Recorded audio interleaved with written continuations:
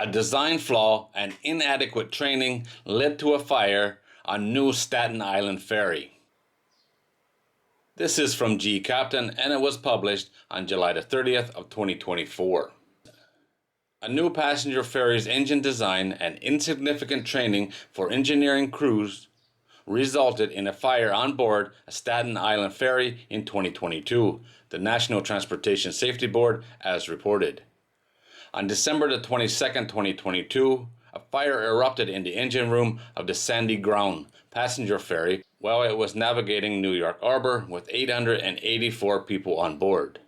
The crew's efforts to contain and extinguish the fire, along with a prompt response from Good Samaritan vessels, ensured the safe evacuation of all passengers.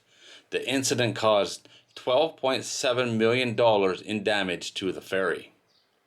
Following the investigation, the NTSB issued a safety alert and 5 safety recommendations, including proposed regulatory changes to design requirements for diesel engine fuel oil return systems.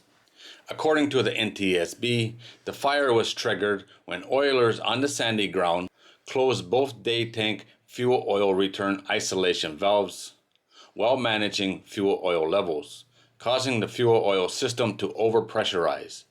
This overpressurization led to a rupture in the fuel oil filters on the main engines, resulting in a spray of fuel oil that ignited. A delay in shutting down the main engines exacerbated the fire. The Sandy Ground, the second of 3 ferries built by Eastern Shipbuilding Group for the New York City Department of Transportation, had been in service for just 6 months before the fire. The ferries were not originally equipped with fuel oil return isolation valves. These were added post-delivery to regulate day fuel tank oil levels.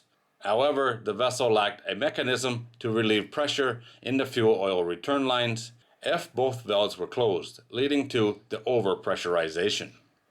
In response, the NTSB recommended that the Coast Guard update marine engineering regulatory requirements to ensure diesel engine fuel oil return systems on U.S. flag vessels are designed to include a pressure relief valve.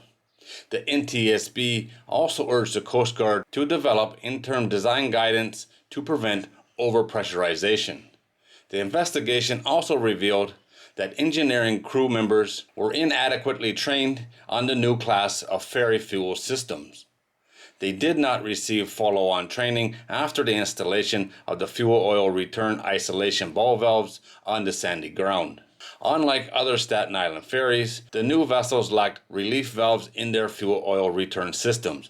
Consequently, the crew believed that the fuel oil system could not be overpressurized. Highlighting the importance of understanding diesel fuel oil system return design and operation, the NTSB issued a safety alert to vessel operators. The NTSB noted that this was the second fire in 2 years investigated by the agency where closed valves led to overpressurization and subsequent fire. The first incident was a 2021 engine room fire on a towing vessel on the Mississippi River in Missouri. Fire on a boat, there's nothing more scary in my opinion, but on a ferry with 884 people on board, that's a lot of people to get off of a burning boat, that's for sure. They got really lucky here. There were boats in the area that came in and picked people up, and they got the fire out. But the cost was $12.7 million in damage. That's a lot of money, that's for sure. But at the end of the day, 884 people got to go home, and that's the main thing. This could have been a much different story, that's for sure. This was a very, very dangerous situation.